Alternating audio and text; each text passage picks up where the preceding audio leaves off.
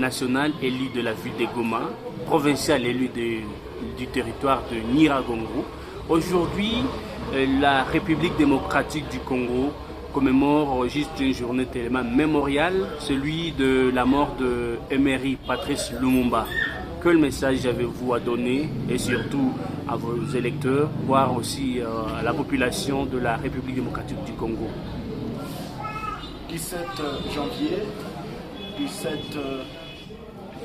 une date qui est commémorée aujourd'hui, à ce jour, la date d'un 64e anniversaire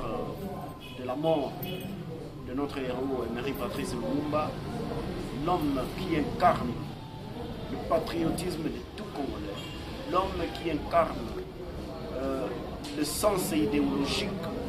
d'un homme digne appelé d'être Congolais. Vous savez, Emery Patrice Lumumba a été un homme qui a marqué l'histoire de la République démocratique du Congo. Un homme qui a été capable de mettre autour de lui d'autres hommes intellectuels,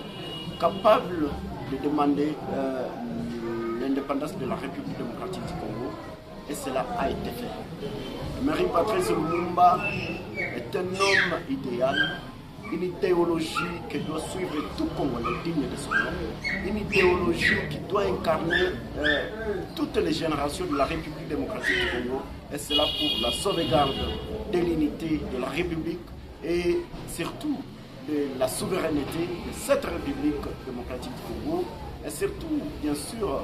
j'appelle ou j'exhorte tout Congolais d'incarner cette idéologie pour la sauvegarde de l'intégrité territoriale ainsi de notre souveraineté de la République démocratique. Emery Patrice, héros national, comme le disent les Congolais, qu'est-ce que lui, il a fait pour vous,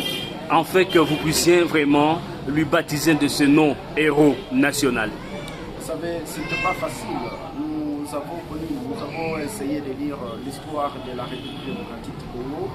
Nous avons lu l'histoire de la colonisation, où les gens étaient fouettés, les gens étaient assassinés, les gens n'avaient pas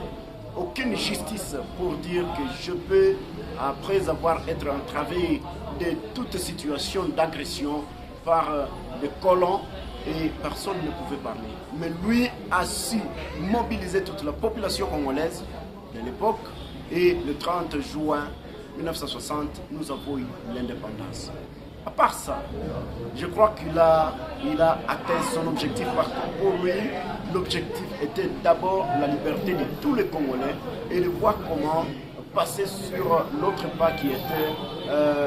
valoriser les institutions de la République démocratique du Congo, ainsi aller vers le développement de la République.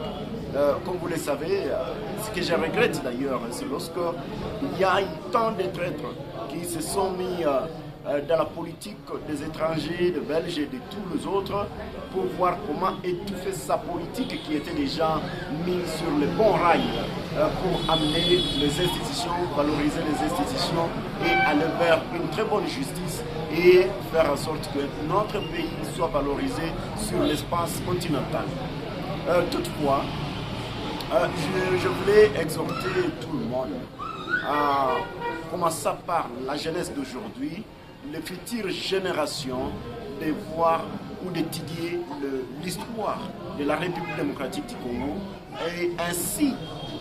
en comprenant et en étudiant l'idéologie lumumbiste et faire en sorte que cette idéologie soit l'incarnation de tout et chacun pour qu'ensemble nous puissions nous battre,